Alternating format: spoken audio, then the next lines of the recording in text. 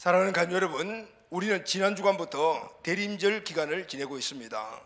대강절, 강림절이라고 부르는 이 절기는 예수님의 오심을 대망하는 성탄절 전 4주간을 말합니다. 원래는 지난주 11월 27일부터 12월 24일까지 기간입니다.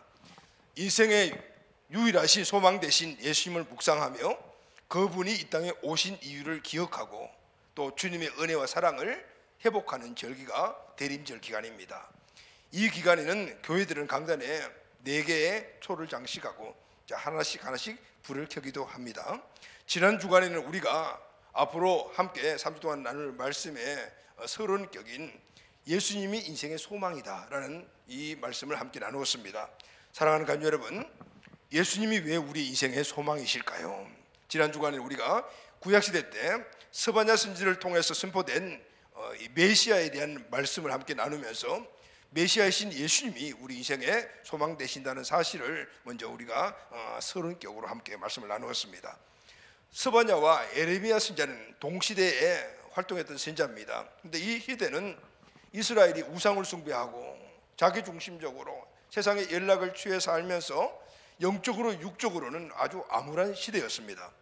하나님이 여러 상황 방향에서 그들에게 경고하고 돌이키기를 원했지만은 그들은 여전히 제자리에 머물러 있었습니다. 하나님이 이제는 징계의 도구로 바벨론을 사용을 하셨어요. 바벨론의 이 군인들의 이 말자국 소리가 이스라엘 예루살렘을 향해서 저벅저벅 이렇게 점점 가까이 다가오고 있음에도 불구하고 이스라엘 지도자들과 백성들은 그 소리를 듣지 못했습니다. 여전히 그들은 자기중심적으로 살아가고 있고 자기 생각대로 살아가고 있었으며 우상을 섬기고 그리고 세상의 연락에 빠져 살고 있었습니다. 두 선지자가 피를 토하며 우상에서도 이렇게 회개하라고 그렇게 선포를 했지만 들은 척도 하지 않았습니다. 에레미야 선지자는 아예 붙잡아다가 감옥에 집어넣기까지 했습니다. 자, 이런 상황을 본 이 스바냐 선지자는 이 시대에 이 예루살렘, 이 이스라엘은 희망이 한 개도 없구나. 완전 절망이었고 이미 하나님은 이 징계를 이제 내리겠다라고 말씀했기 때문에 더 이상 어떤 소망이 없는 그런 상태였습니다. 그럼에도 불구하고 스바냐 선지자는 이 가운데 진노 가운데서도 오직 하나님의 긍휼하심만이 우리에게 유일한 소망이라는 사실을 깨닫고 암울하여 영적으로 깜깜하고 앞길을 가지 못하는 그들에게 하나님의 긍휼을 부어 주시옵소서. 지금 이 상황에서 우리가 하나님께 뭐라고 말을 할 수가 있겠습니까? 오직 하나님의 긍휼, 그것만이 우리에게 필요합니다. 우리에게 긍휼을 부어 주시고 이 암울하게 살아가는 자기 멋대로 살아가고 있는 이 백성들에게 하나님 그래도 긍휼을 부어 주십시오라고 눈물을 흘리며 기도를 했습니다. 하나님은 이 스바냐 선지자의 기도를 들으시고 그에게 소망의 메시지를 보내주시죠. 그것은 바로 이스라엘을 회복시켜 주시겠다는 거. 할렐루야, 아멘. 그래서 결국은 하나님은 징계의 채찍을 든 바벨론을 통하여서 이스라엘을 멸망시켰지만 그러나 그것이 끝이 아니었고 포로로 끌려갔던 그들이 다시 70년 만에 돌아오게 하는 회복의 역사를 허락하여 주셨습니다. 그리고 또 하나의 약속을 하셨죠. 메시아에 대한 약속입니다. 메시아가 오늘 이 시대뿐만 아니라 앞으로 오는 모든 시대의 유일한 소망이다. 메시아가 인생의 유일한 소망이라는 것을 선포하게 하십니다. 그분이 바로 예수님이시죠. 할렐루야, 아멘. 사랑하는 가족 여러분, 우리 모든 인생의 최고의 희망이 무엇일까요? 여러분은 어디에 소망을 걸고 살아가십니까? 무엇이 우리에게 가장 큰 소망일까요? 아마 여러 가지 생각을 하고 계실 것입니다. 그러나 따지고 보고 종합을 해보게 되면은 모든 인생에 있어서 가장 큰 유일한 소망은 두 가지입니다. 첫째는 영생입니다. 할렐루야. 하나는 행복한 삶을 사는 것이죠. 여러분, 이 영생과 행복한 삶은 인류 역사 이래 모든 인류들이 추구했던 가장 강한 소망이었습니다. 그럼에도 불구하고 여전히 이루어지지 않는 소망이기도 하죠. 여러분, 사람들은 모두 영생하기를 원합니다. 근데 여러분 알고 보면 우리는 이미 영생을 갖고 있어요. 우리 영혼은 불멸입니다. 이미 영생한 존재. 그런데 우리에게 필요한 영생은 뭐냐면 영원한 세계에서 하나님 주시는 행복한 삶을 사는 것, 이것이 진정한 영생이죠. 천국에서 영원히 사는 겁니다. 행복한 삶은 뭘까요? 여러분, 오늘 이 땅에 살아가는 우리들에게 있어서 여러 가지 많은 문제들이 우리 앞에 턱턱턱 가로막고 있고, 그래서 그런 것들이 우리에게 힘들고 어렵게 만들고 스트레스를 주네요. 그래서 우리 인생이 행복하기도 하지만은 따지고 보니까 행복한 것보다도 그런 문제들이 더 많고, 그 문제를 이기며 돌파해서 행복을 취했지만 그 과정이 우리에게는 너무나 힘든 것이라는 거죠. 그런데 여러분, 원래 우리 인간들이 지옥에서 살고 아니면 이 땅에서 이렇게 힘든 어려운 삶을 사는 존재가 아니었어요. 하나님은 인간을 만드실 때 이미 이 영생과 함께 모든 행복한 삶을 우리에게 주셨어요. 할렐루야. 그런데 이 주신 축복을 다 잃어버린 것이 문제입니다. 그런데 메시아가 이 모든 문제를 해결하심으로 잃어버린 이 축복들을 회복시켜 주실 것이다. 오늘 이것을 스바냐 선지자가 말하고 있습니다. 할렐루야. 아멘. 그러면은 스바냐 선지자가 말하는 메시아가 하실 구체적인 일은 무엇일까요? 스바냐 3장 15절에서 이렇게 말씀을 하십니다. 우리 다 같이 한번 읽도록 하겠습니다. 시작. 여호와가 내 형벌을 제거하였고 내 원수를 쫓아내었으며 이스라엘 왕 여호와가 내 가운데 계시니 내가 다시는 화를 당할까 두려워하지 아니할 것이니라. 스바냐 선지자가 말씀하시는 바로 메시아는 바로 이 모든 인류에게 세 가지의 일을 하실 것이라. 첫째가 메시아가 형벌을 제거해 주실 것이다. 아멘. 그리고 그 메시아가 함께 하실 것이다. 그리고 그 메시아가 함께 하심으로 말미암아 우리의 모든 두려움들은 다 떠나게 될 것이다. 이 말씀을 하신 거죠. 그리고 이렇게 말씀하시죠. 스바냐 3장 16절 말씀을 다 같이 읽겠습니다. 시작. 그날에 사람이 예루살렘에 이르기를 두려워하지 말라. 시온아 내 손을 늘어뜨리지 말라. 메시아로 인하여 회복된 이스라엘, 그리고 예수 그리스도를 통해서 회복된 구원받은 우리들에게 주어진 말씀이에요. 무슨 말씀이죠? 시온아 내 손을 늘어뜨리지 말라. 여러분, 사람이 기운이 없고 기운이 빠지게 되면 손을 늘어뜨립니다. 그런데 시온아 내 손을 늘어뜨리지 말라, 이 말은 원어에서 보면 시온아 기운을 내라, 이런 말씀이잖아요. 여러분, 왜 우리가 기죽지 않고 살아갈 수가 있습니까? 바로 메시아가 오시면은 우리 인간이 갖고 있는 모든 문제, 우리가 힘없게 만드는 이 모든 문제들을 다 해결해 주시기 때문에. 할렐루야. 죄의 문제가 해결되었고 왕이신 하나님이 너희 주인이 되시며 지금도 살아계신 내 중심에서 너와 함께 하시고 너희 위로자 되시고 보호해 주시기 때문에 우리는 힘을 얻고 일어날 수가 있다, 이 말씀을 하신 거예요. 자, 여러분, 우리 인생을 힘없게 만드는 것이 무엇이죠? 죄 문제입니다. 이 죄 때문에 일어나는 여러 가지 많은 문제들이잖아요. 그 우리 힘을 얻게 만들어요. 또 우리에게는 세상을 살아가려니까 능력이 부족해요. 이 힘의 문제입니다. 이런 것들이 우리를 기운 빠지게 만듭니다. 또 우리는 외로움이 있어요. 수많은 사람들이 함께 우리 주변에 있지만 그러나 진정 우리가 마음을 나누고 진정 위로자가 되고 힘을 주는 사람들은 얼마나 될까요? 자, 이런 것들이 오늘 우리가 이 세상 이 시대에 살아갈 때 오늘 우리가 기운을 잃고 힘을 잃어버리는, 그런데 메시아가 이 모든 것들을 다 해결해 주셨다는, 할렐루야. 이 정도면 우리가 기가 살만하지 않습니까? 그래서 메시아는, 예수 그리스도는 우리 인생의 소망이 되시는 겁니다. 아멘. 자, 오늘은 예수님이 우리 인생의 소망이 되신다는 이 세 가지의 내용을 오늘 첫 번째 시간에 함께 나누도록 하겠습니다. 오늘 이 스바냐 선지자는 예수 그리스도가 제 문제를 해결해 주셨다라고 말합니다. 자, 오늘은 인생의 소망 되신 예수 그리스도, 그분이 왜 우리 인생의 소망이 되냐면은 우리 인생이 겪고 있는 모든 죄의 문제에서 우리를 구원하여 주신 구원자가 되시기 때문입니다. 할렐루야. 아멘. 제 가운데 살고 있는 우리 모든 인생을 그 가운데서 구원해 주신 분이 예수님이기 때문에 오늘 우리는 예수님이 우리의 유일한 소망이라는 것을 믿고, 그리고 또 그분과 함께 할 수가 있게 되는 것입니다. 사랑하는 가족 여러분, 2022년도 대림절 절기를 맞이해서 성탄을 기다리며 오늘 이 대절기 두 번째 주간에는 우리 인생의 죄 문제에서 구원해 주신 예수 그리스도, 구원자 되신 그분을 깊이 묵상하고 그 은혜가 회복되는 시간이 되기를 예수님의 이름으로 축복합니다. 아멘. 자, 첫 번째, 예수 그리스도가 왜 제 가운데 있는 우리들의 구원자가 되실까요? 갈라디아서 오늘 본문 3장 13절 말씀을 다 같이 읽겠습니다. 시작.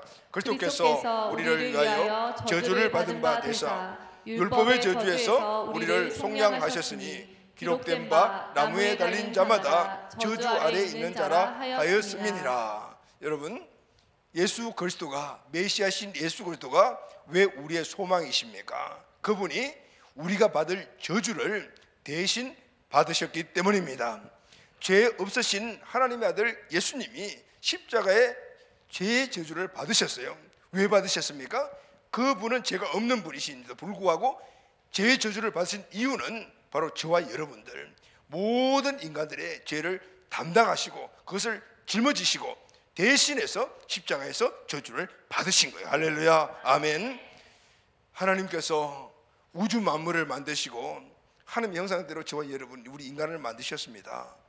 그리고 아름다운 낙원 에덴의 동산을 만드시고 그곳에 아담과 하와를 결혼시켜서 그곳에서 부부로 살게 하셨습니다.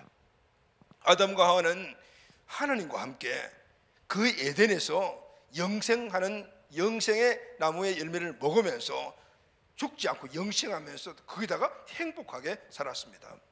최고의 환경에서 최고의 축복을 누린 사람이 바로 아담과 하와였어요. 하나님이 원래 사람을 그렇게 만드신 거예요. 그런데 아담과 하와가 인간이 하나님께 범죄했습니다. 무슨 죄를 지었습니까? 하나님이 먹지 말라고 명하신 선악과를 따먹어 버렸습니다. 피조물이, 아담과 하와 피조물이, 하나님께 지원받은 피조물이 조물주의 명령을 어긴 것입니다. 자, 여러분, 이것을 우리가 원죄라고 이야기를 하잖아요. 근데 우리는 알아야 될 것이 있습니다. 이 죄는 단순히 아담과 하와가 선악과를 따먹었다, 과실을 따먹었다, 이런 의미가 아니에요. 선악과를 따먹은 이 아담의 중심의 문제입니다. 중심의, 그 마음의 문제라 그 말입니다. 아담의 마음의 문제가 뭡니까? 여러분, 우리는 마음 중심에 무엇이 가득 담겨져 있냐? 여러 가지 우리 마음을 정의하는 것 중에 하나가 마음은 생각의 주머니다라고 말합니다. 우리 마음 속에 생각이 담겨져 있습니다. 그런데 그 생각이 어떤 생각이냐, 어떤 생각이 내 마음의 중심이냐에 따라서 오늘 우리가 살아가게 되는 거죠. 그 마음의 중심에 있는 것을 따라 살아가게 되는 거예요. 지금 아담과 하와의 마음의 중심의 문제라는 것은 아담과 하와의 마음 중심에 누가 떡 자리를 잡고 있냐면 자기가 딱 자리 잡고 있는 거예요. 내가 내 중심이야, 내가 내 주인이야, 이런 말씀이에요. 그러니 여러분 어떻습니까? 내가 나의 주인이니까 내 생각이 최고죠. 내가 하는 일들이 최고는, 그러니까 내가 최고야, 다른 사람 안중에 없잖아요. 그러니 목에 힘이 딱 들어가고, 그러니까 교만해지고 피조물이 하나님의 말씀을 무시하는 경향이 바로 여기서부터 일어나게 된 것입니다. 이렇게 하나님의 말씀을 무시하는 이 행위, 자기가 중심된 이 죄는 아담에게서 시작된 것이 아닙니다. 이전에 하늘에서 시작된 죄입니다. 하나님이 우주 만물을 만들기 전에 이미 천사를 창조하셨어요. 계시록 12장 7절 9절 말씀을 보면은 수많은 천사들 가운데, 천사도 피조물이잖아요. 하나님이 만드신 존재입니다. 이 피조물 천사 중 하나가 자기가 하나님이 되려고 그렇게 하나님께 거역을 하다가 쫓겨났다는, 바로 이 죄가 바로 아담이 지은 거예요. 그런데 이 천사가 하나님이 되려고 했던 이 중심, 그러니까 이게 마귀의 중심이잖아요. 바로 이것이 근원적인 죄, 바로 원죄입니다. 이 죄로 인해서 천사가 신분이 마귀로 바뀌어 버렸어요. 이 마귀의 유혹에 아담과 하와가 넘어갔습니다. 아담과 하와가 선악과를 따먹은 것도 자기가 하나님 되려고 하는 그 중심, 누구 중심이죠? 마귀의 중심, 그 중심을 받아들였기 때문입니다. 아담과 하와는 마귀 중심이 되어서 창세기 3장 5절 말씀을 다 같이 한번 읽도록 하겠습니다. 시작. 너희가 그것을 먹는 날에는 너희 눈이 밝아져 하나님같이 되어 선악을 알 줄 하나님이 아심이라. 이 마귀는 천사일 때 하나님 같이 되려고 하다가 그 죄를 범하여 쫓겨났잖아요. 그래서 이 땅에 와서 아담과 하와에게 선악과 따먹어라, 너도 하나님 같이 될 거야, 자기가 지었던 죄를 똑같이 짓게 만들었다. 사랑하는 가족 여러분, 지옥 가는 죄가 바로 이 죄입니다. 이 죄가 인생을 지옥으로 가게 만드는 죄이며, 그리고 또 이 땅에서 행복하게 살아가지 못하도록 만드는 죄가 바로 자기 중심, 마귀 중심, 바로 이 죄인 거예요. 여러분, 우리가 하나님께 지음을 받은 존재라면 우리가 피조물입니다. 그럼 피조물이 이 땅에 존재하는 목적이 뭘까요? 이사야 43장 7절 말씀을 다 같이 읽겠습니다. 시작. 내 이름으로 불려지는 모든 자 곧 내가 내 영광을 위하여 창조한 자를 오게 하라. 그를 내가 지었고 그를 내가 만들었느니라. 누가 저와 여러분을 지었습니까? 누가 저와 여러분을 만드셨습니까? 하나님이 만드셨습니다. 왜 만드셨습니까? 21절 말씀을 다 같이 읽겠습니다. 시작. 이 백성은 나를 위하여 지었나니 나를 찬송하게 하려 함이니라. 아멘. 오늘 피조물 입장에서 하나님 조물주를 볼 때 우리는 찬송을 해야 되는 존재라고요. 그분의 영광을 드러내는 삶을 살고 찬송하는 존재. 물론 하나님 입장에서는 달라지죠. 하나님은 우리 인간을 만드신 목적이 단지 우리가 하나님을 찬양하고 찬송하고 그렇게 받들으라고 우리를 만든 것이 아니에요. 세상에 이방 종교 신들을 보면은 너희들이 나를 받들으라 내가 복을 줄 것이다, 이것이 이방 종교잖아요. 근데 하나님은 그런 것이 아니에요. 우리가 피조물이니까 마땅히 하나님께 찬양하고 영광을 돌리는 건 마땅하지만 하나님 입장에서 오늘 우리를 만드신 이유는 단지 찬양 밖에서 만든 것이 아니에요. 우리와 함께 하시고, 할렐루야, 아멘. 함께 하시기 위해서, 우리에게 복을 주시기 위해서, 인간에게 복을 주시기 위해서 만드신 거예요. 하나님의 이 구속적인 역사를 보면은 그것을 우리가 증명을 할 수가 있는 것이죠.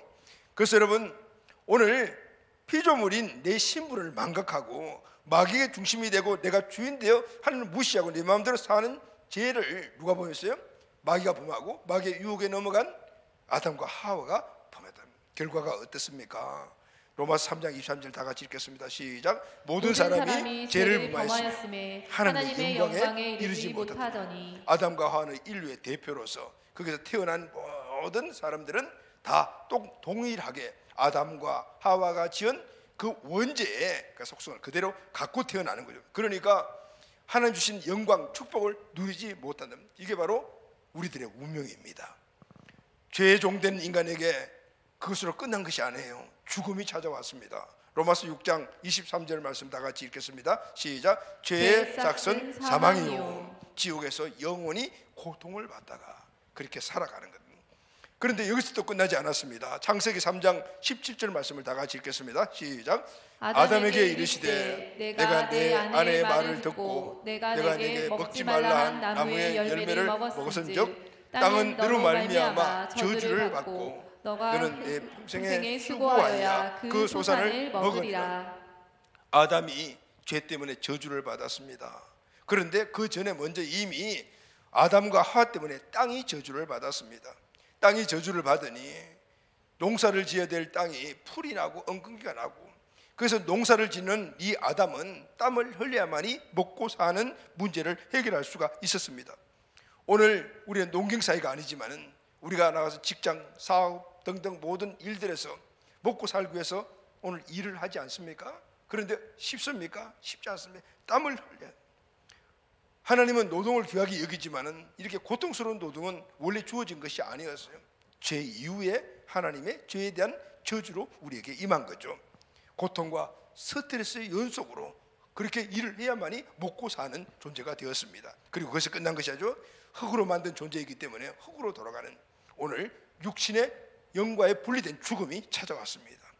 이것이 누구죠, 여러분? 아담에게 주신. 그것뿐 아니에요.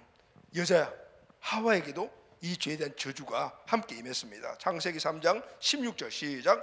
또 여자에게 이르시되 내가 내게 임신하는 고통을 크게 더하리니 내가 수고하고 자식을 낳을 것이며 너는 남편을 원하고 남편은 너를 다스릴 것이니라.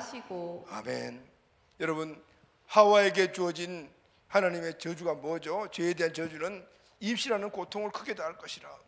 이미 여자가 임신하여 자녀를 생산하는 것은 하나님 주신 축복이었어요. 그런데 고통이 따르지 않는 축복이었는데 죄 이후에는 그것이 고통이 따르는 10개월 동안 아기를 뱃속에 품고 우리 어머니들이 얼마나 고통받아요. 출산의 고통, 육아의 고통들.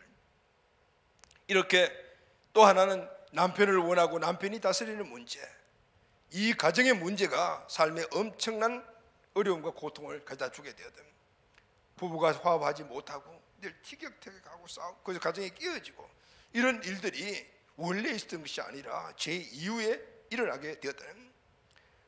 가정이 깨어지니 자녀들에게 문제가 생기고 요즘 살아가는 삶이 너무 팍팍하고 힘들고 어려우니까 지난번 몇 주 전 신문을 보니까 지금 우리나라에 결혼하지 않는 그런 청년들에게 여론조사를 했습니다. 그런데 70%가 결혼하지 않겠다는 겁니다. 왜냐하면 돈 버는 것이 힘들고 재정이 힘들기 때문에 결혼해서 아내 고생시키고 자식 고생시킬 수 없다, 이런 마음을 가진.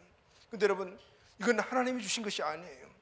죄 이전에는 그 모든 것들이 우리에게 풍성한 축복으로 주어집니다.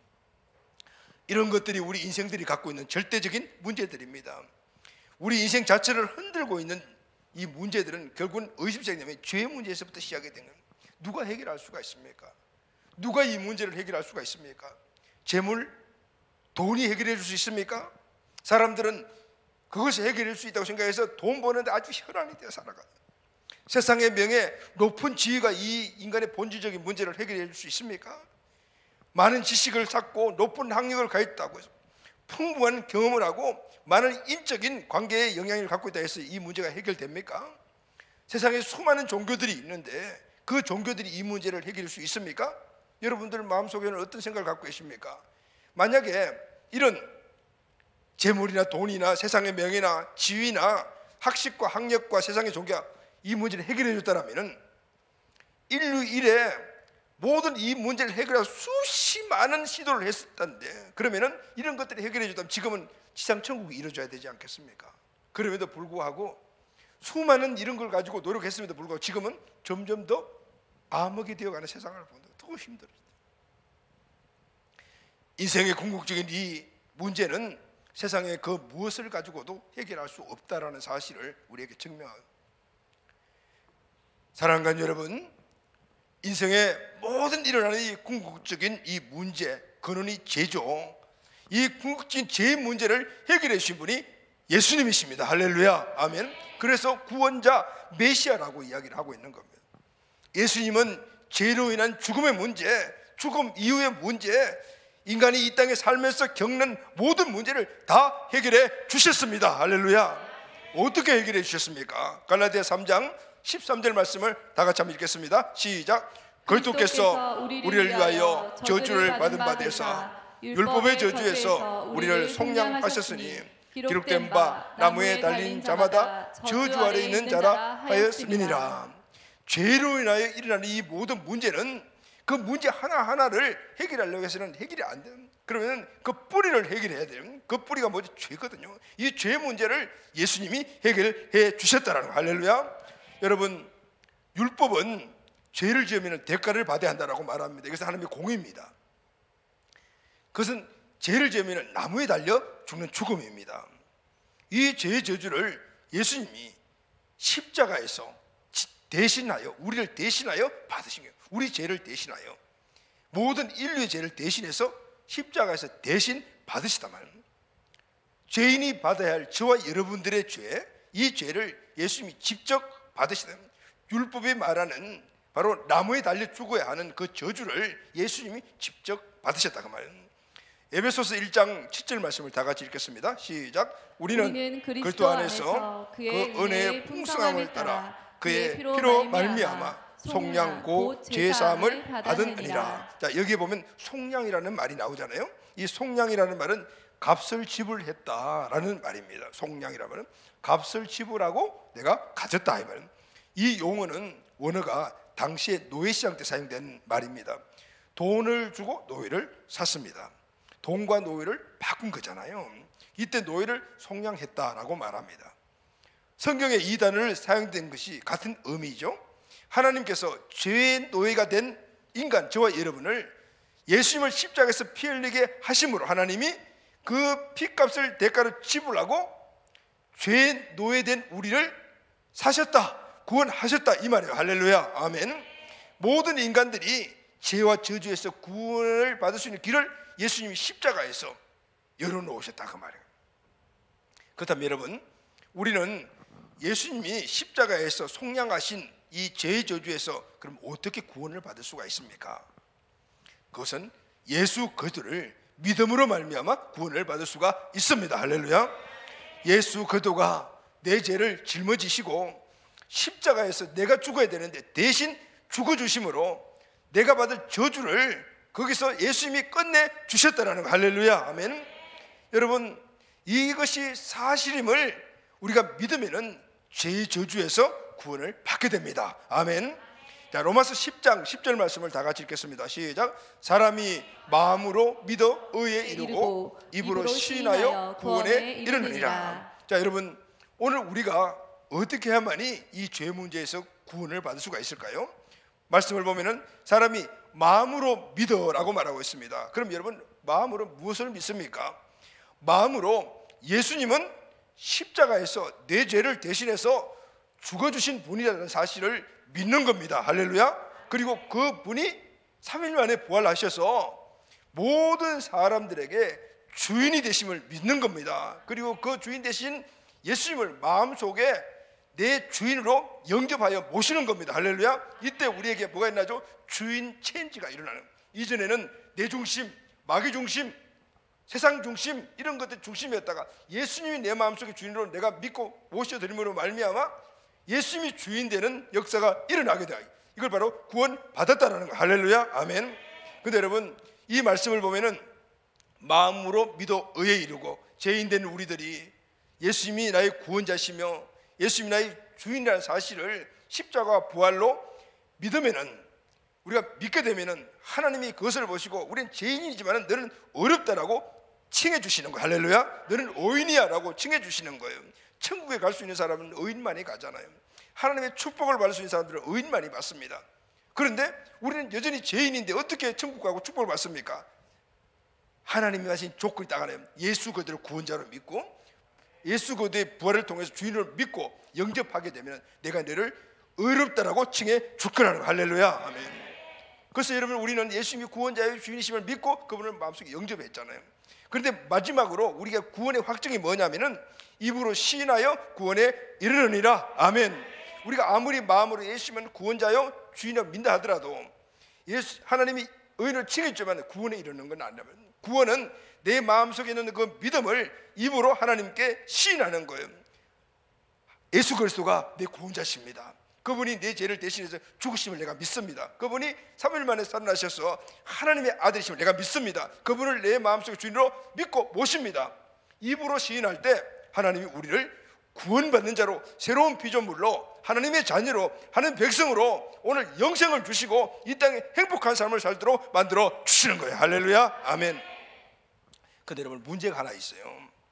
지금부터 2000년 전에, 그것도 팔레스타인 땅, 그 이스라엘에서 죽은 그 당시에 3, 4 이 정도 되는 청년 예수, 그 예수가 어떻게 내 죄를 대신 속량하고 그리고 어떻게 어떻게 속량하고 구원하셨다는 걸 믿었지? 여러분 보셨습니까? 예수님 십자가에 달린 거 보셨어요? 예수님 보셨어요? 근데 어떻게 믿어요? 그래서 하나님께서는 예수님을 구원자 주인으로 믿을 수 있도록 우리에게 증거를 주셨어요. 증거를 주셨어요. 사도행전 17장 30절 31절 말씀을 다 같이 읽겠습니다. 시작. 알지 못하던 시대에는 하나님이 강구하셨거니와 이제는 어디든지 사람에게 다 명하여 회개하라 하셨으니 이는 정하신 사람으로 하여금 천하를 공의로 심판할 날을 작정하시고 그를 죽은 자 가운데서 다시 살리신 것으로 모든 사람에게 믿을 만한 증거를 주셨음이니라. 아멘. 아멘. 여러분, 믿을 만한 증거가 뭐죠? 바로 예수님이 십자가에 달려 나의 구원자가 되신다는 것을 믿을 만한 증거, 그분이 살아나셔서 나의 주인 되신다는 것을 믿을 만한 증거, 그 믿을 만한 증거를 주셨는데 그게 뭘까요? 예수님의 부활입니다. 아멘. 만약에 예수님이 십자가에서 인간의 죄를 속량하시고 죽으시는 것으로 끝났다면 예수님을 구원자로 믿을 사람이 있겠습니까? 아마 그 사실을 아는 그 당시 함께 했던 소수의 몇몇 사람들이 그를 믿었을 거예요. 그리고 그 사람들이 죽고 나면은 다 끝났을 거예요. 그래서 하나님께서는 가고 오는 모든 시대, 앞으로 시대에 모든 사람들이 예수님을 구원자로 믿을 수 있도록 바로 증거를 주셨는데 그 증거가 바로 예수님의 부활이에요. 할렐루야. 아멘. 예수님은 십자가에서 죽으시고 3일 만에 부활하셨습니다. 사도들에게 보이시고 많은 사람들에게 보이시고 500명이 지켜보는 가운데 성천을 하셨습니다. 예수님의 부활은 역사적인 사실입니다. 성경뿐만 아니라 세상 역사도 증명을 합니다. 예수님의 부활은 예수님이 하나님의 아들이라는 사실을 증명합니다. 그동안 예수님 십자가에 죽었을 때 제자들이 다 도망을 가버렸는데 그 제자들이 바뀌었습니다. 달라졌습니다. 어떻게 달랐습니까? 부활하신 예수님을 만난 순간에 바뀌었다면, 그전에는 단지 인간 메시아 정도로 알았지만 부활하신 예수님을 만나고 난 다음에 이 분은 사람이 아니고 하나님의 아들이시구나 라는 것을 증명받았다. 할렐루야. 그때부터 이들의 생각이 달라졌어요. 예수님이 하신 모든 말씀이 하나님의 말씀이었고, 예수님이 하신 모든 기적들이 다 하나님이 일으키신 기적이었고, 그게 더 가장 중요한 것은 예수님이 십자가에 달리셨는데 그 달리신 분이 사람이 아니고 하나님이셨구나. 그가 흘린 피가 인간의 피가 아니고 보혈이었구나. 그러니까 평소에 예수님이 하신 모든 인류가 피로 말미암아 구원받게 되는 것이 정말이구나 라는 사실을 믿게 되었어요. 할렐루야. 아멘. 부활의 증거를 통해서 하나님의 아들이심을 믿게 되니 제자들이 달라졌고, 예수님이 하신 모든 말씀이 하나님의 말씀이라는 사실을 알게 되니 그 말씀이 그들에게 능력이 되었던 것입니다. 로마서 10장 9절 말씀을 다 같이 읽겠습니다. 내가 만일 내 입으로 예수를 주로 시인하며 또 하나님께서 그를 죽은 자 가운데 살리신 것을 내 마음에 믿으면 구원을 받으리라. 아멘. 부활은 예수님이 구원자심을 믿게 하는 증거입니다. 사랑하는 가족 여러분, 하나님이 독생자 아들을 이 땅에 보내주셔서 우리 모든 죄들을 다 짊어지시고 십자가에서 죽게 하심으로 하나님의 공의를 완성하셨습니다. 그 십자가는 하나님의 공의요 하나님의 사랑의 현장입니다. 이것은 하나님의 은혜이며 사랑입니다. 세상에 이런 은혜가 어디 있습니까? 세상에 이런 사랑이 어디에 있습니까? 십자가는 하나님의 은혜이며 하나님의 사랑이며 예수님은 하나님의 사랑의 결정체입니다. 할렐루야. 부활의 증거를 통해 예수님을 구원자로 믿게 되면 죄와 저주에서 구원을 받습니다. 영생 문제, 죽음 문제, 삶의 문제가 그냥 한순간 해결이 됩니다. 이것뿐만 아니라 하나님은 예수 그리스도를 믿고 구원받게 주신 더해주는 축복을 허락하여 주셨습니다. 여러분, 그게 뭘까요? 두 번째, 예수 그리스도 안에서 아브라함의 복과 성령의 약속을 받습니다. 아멘. 갈라디아서 3장 14절 말씀을 다 같이 읽겠습니다. 시작. 이는 그리스도 예수 안에서 아브라함의 복이 이방인에게 미치게 하고 또 우리로 하여금 믿음으로 말미암아 성령의 약속을 받게 하려 함이라. 아멘. 아멘. 오늘 그리스도 예수 안에서 예수 그들을 주인으로 모시게 되면 예수님 우리 안에 계시잖아요. 그러면 예수님과 우리가 하나가 되잖아요. 그러면 우리도 예수님 안에 있는 거죠. 그리스도 안에 있는 자들은 아브라함의 복을 받게 되고 성령의 약속을 받게 된다라고 말합니다. 구원도 감사한데 또 이렇게 더해 주시는 축복을 우리에게 허락하시는 거예요. 이런 사실을 보게 되면 하나님은 오늘 우리를, 인간을 왜 창조하시는가 우리가 알게 됩니다. 복 주시려고, 함께 하시려고, 영원히 함께 하시려고. 할렐루야. 아멘. 예수 그들을 믿고 구원을 받으면 첫 번째, 이방인이 아브라함의 복을 받습니다. 아멘. 다 같이 한번 큰 소리로 읽도록 하겠습니다. 시작. 예수 안에서 아브라함의 복이 이방인에게 미치게 하고, 다시 한번 큰 소리로 읽겠습니다. 시작.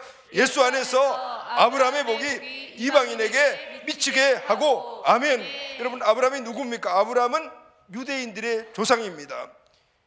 아브라함의 복은 유대인들이 받는 겁니다. 그래서 유대인들이 그만큼 세상에서 떵떵거리고 지금 살아가고 있는 겁니다. 그런데 이 아브라함의 복이 오늘 이방인에게 미치게 하고, 이스라엘이 보는 이 세상 사람들의 관점은 딱 둘입니다. 이스라엘 선택받은 백성과 선택받지 못한 이방인입니다. 그런데 이 이방인들이 바로 아브라함의 복을 받게 되었다. 누구 안에서? 예수님 안에서. 할렐루야. 아멘. 그럼 여러분, 아브라함의 복이 무엇입니까? 창세기 12장 2, 3절 말씀을 다 같이 읽겠습니다. 시작. 내가 너로 큰 민족을 이루고 내게 복을 주어 내 이름을 창대하게 하리니 너는 복이 될지라. 너를 축복하는 자에게는 내가 복을 내리고 너를 저주하는 자에게는 내가 저주하리니 땅의 모든 족속이 너로 말미암아 복을 얻을 것이니라 하신지라. 아멘. 여러분, 아브라함의 복은 아브라함이 받은 복입니다. 하나님께서 아브라함에게 어떤 복을? 내 이름을 창대케 하고 큰 민족을 이루고, 뭐죠 여러분? 생육하고 번성하는 복을 주셨어요. 이 아브라함이 복의 근원입니다. 예전 성경에는 복의 근원이라고 말하지, 복덩어리라고 말해요. 그러니까 아브라함이 복의 덩어리이기 때문에 가는 곳들마다 복을 받게 되는 겁니다. 아브라함이 복을 받으니 아브라함의 가정이 모두가 다 복을 받게 되었어요. 아브라함의 가문이 복을 받게 되었어요. 여러분, 아브라함의 가문을 통해서 이스라엘이 민족이 형성되었잖아요. 그 민족을 통해서 지금은 예수 그들을 통하여 온 열방이 복을 받게 되잖아요. 이것이 바로 아브라함의 복입니다. 근데 여러분, 이 아브라함의 복이 주신 것이 아니에요. 이미 이 복은 하나님이 인간을 만드시고 아담과 하와에게 에덴 동산에서 주신 축복이라 그 말입니다. 창세기 1장 27, 28절 시작. 하나님이 자기 형상 곧 하나님의 형상대로 사람을 창조하시되 남자와 여자를 창조하시고 하나님이 그들에게 복을 주시며 하나님이 그들에게 이르시되 생육하고 번성하여 땅에 충만하라. 땅을 정복하라. 바다의 물고기와 하늘의 새와 땅에 움직이는 모든 생물을 다스리라 하시니라. 아멘. 아멘. 사람을 만드시고 하나님이 축복을 해 주셨습니다. 그 축복이 생육하고 번성하고 충만하고 정복하고 다스리라. 근데 여러분, 이 모든 것들이 다 명령문으로 되어 있잖아요. 그러니까 이 축복은 사명이라. 그리고 하나님의 뜻을 알 수가 있죠. 하나님은 아담과 하와에게만 이 축복을 주시는 것이 아니라 아담과 하와를 통해서 사명으로 그들 주시니까 그들은 이 하나님 주신 축복을 사명을 가지고 계속해서 흘러보내야 된다. 그래서 아브라함의 축복은 개인이 복을 받고 가정이 복을 받고 가문이 복을 받으며 이 가문을 통해서 민족과 열방으로 흘러가는 복을 말씀하고 있는 거예요. 할렐루야. 아멘. 예수 안에서 이 복이 있다. 생육번성의 축복은 모든 인류에게 주신 축복. 이제는 그리스도 예수 안에서, 즉 예수를 믿으면 이 복을 우리가 갖게 되고, 이 복이 이제는 어떻게 생육번성 충만 정복이니까 생육번성으로 우리 가정과 가문과 그리고 또 가정과 가문을 통해서 이 민족과 열방으로 흘러가게 돼요. 할렐루야. 그래서 주님께서 하신 말씀이 복음을 통해서 예수를 통해서 이 복음이 예루살렘과 유다와 사마리아와 땅끝까지로 가서 정인이 되어라는 복음이 전파되는 곳들마다 아브라함의 복이 이루어지게 됨을 믿습니다. 우리 가정에 내가 예수 그들을 믿으면 아브라함의 복을 받는 존재, 우리 가정이 복음화되고 우리 가문이 복음화되면 이 가문에서 이 민족과 열방으로 흘러보내는 축복의 역사가 일어나게 되는 거예요. 아멘. 이제는 예수 안에서 영적 이스라엘은 우리가 이 아브라함의 복을 받고 누리게 되었습니다. 예수를 믿으면 그래서 개인, 가정, 가문 이 복을 받고 민족과 열방으로 흘러가는 분, 예수님을 구원자 주인으로 믿고 말씀을 믿고 살면 복의 근원이 되고 복을 흘러보내는 자가 되는 거예요. 교회가 누굽니까 여러분? 교회는 구원받은 자가. 오늘 교회가 해야 될 일이 뭡니까? 오늘 우리끼리만 알콩달콩 살고 신앙생활하는 그런 것이 교회가 아니고 흘러보내는 교회가 되는 거예요.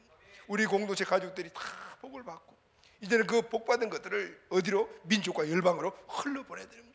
왜 우리가 드림 2021을 계속 강조한지 아십니까? 하나님 주신 사명이고 축복이기 때문에. 할렐루야. 우리가 복의 근원이기 때문에 이렇게 하는. 두 번째는 성령의 약속을 받습니다. 아멘. 다 같이 읽겠습니다. 시작. 믿음으로 말미암아 성령의 약속을 받게 하려 함이니라. 예수 안에 있으면 아브라함의 복을 받고 또 하나 성령의 약속을 받게 됩니다. 그래서 성령을 너희에게 주실 것이라 라는 거예요. 할렐루야. 고린도후서 5장 17절 말씀을 다 같이 읽겠습니다. 그런즉 누구든지 그리스도 안에 있으면 새로운 피조물이라. 이전 것은 지나갔으니 보라 새 것이 되었도다. 아멘. 우리가 예수 믿고 구원을 받게 되면 새로운 피조물이 됩니다. 그것은 모습은 똑같지만은 우리가 사는 곳은 똑같지만은 우리의 가치관, 생각, 우리의 주인이 바뀐 거예요. 할렐루야. 아멘. 근데 여러분, 우리가 가치관이 바뀌고 주인이 바뀌고 생각이 바뀌고 사상이 바뀌었지만은 그런데 우리가 살아가는 곳은 구원 받기 전에 그 상태, 이 세상이라는 곳이에요. 이전에 우리 주인이 마귀였던, 내가 주인 되어 살았는데 이제는 예수님만이 주인이 됐다. 근데 우리가 살아가고 있는 곳은 여전히 마귀가 주인 되는 곳이에요. 오늘 이곳에서 하나님 나라의 가치를 가지고 하나님 축복을 흘러보내려니까 마귀하고 충돌이 일어날 수밖에 없는 거죠. 우리가 갖고 있는 힘을 가지고 일을 감당하면 백전백패라. 마귀의 힘을 우리가 당할 수가 없어요. 내 힘으로 살면 실패하는 거. 예수 믿고 구원받은 우리들은 이제부터는 내 힘이 아닌 다른 힘으로 살아가야 한다 그 말이에요. 이것이 바로 성령의 약속입니다. 할렐루야. 아멘. 그래서 주님께서 성전하시기 전에 이 땅에 그대로 남아있는 제자들에게 이렇게 당부를 하셨습니다. 사도행전 1장 4절 5절 말씀 시작. 사도와 함께 모이사 그들에게 분부하여 이르시되 예루살렘을 떠나지 말고 내게서 들은 바 아버지께서 약속하신 것을 기다리라. 요한은 물로 세례를 베풀었으나 너희는 몇 날이 못되어 성령으로 세례를 받으리라 하셨느니라. 아멘. 성령의 약속은 성령을 너에게 주실 것이다. 그 말은 성령의 능력을 너희들이 받을 것이다. 할렐루야. 아멘. 제자들은 예수님의 약속을 기다리며 마가다락방에서 10일 동안 전심으로 기도했을 때 성령 세례를 받고 성령의 충만함을 받고 성령의 능력으로 나아가서 복음을 선포했더니 하루에 3,000명 그리고 5,000명이 돌아오는 역사가 일어났으며 예수님이 하셨던 신적 권위들이 그들에게 나타나 죽은 자가 일어나고 병든 자가 고침받고 귀신이 하나님 주시는 은혜, 축복, 세상을 이기고 마귀를 이기는 이 놀라운 역사가 일어나게 되었던 거예요. 할렐루야. 아멘.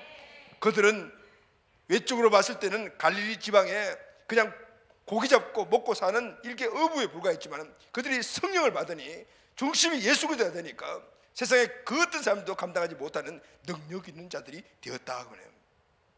사랑하는 가족 여러분, 우리가 중심을 지키고 예수 그리스도가 중심을 지키고 복음을 지키고 사명을 지키고 하나님 주신 축복을 지키고 마귀를 이기고 세상을 이기는 승리의 삶, 이것을 계속해서 누리는 방법은 성령 충만함을 입는 겁니다. 할렐루야. 아멘.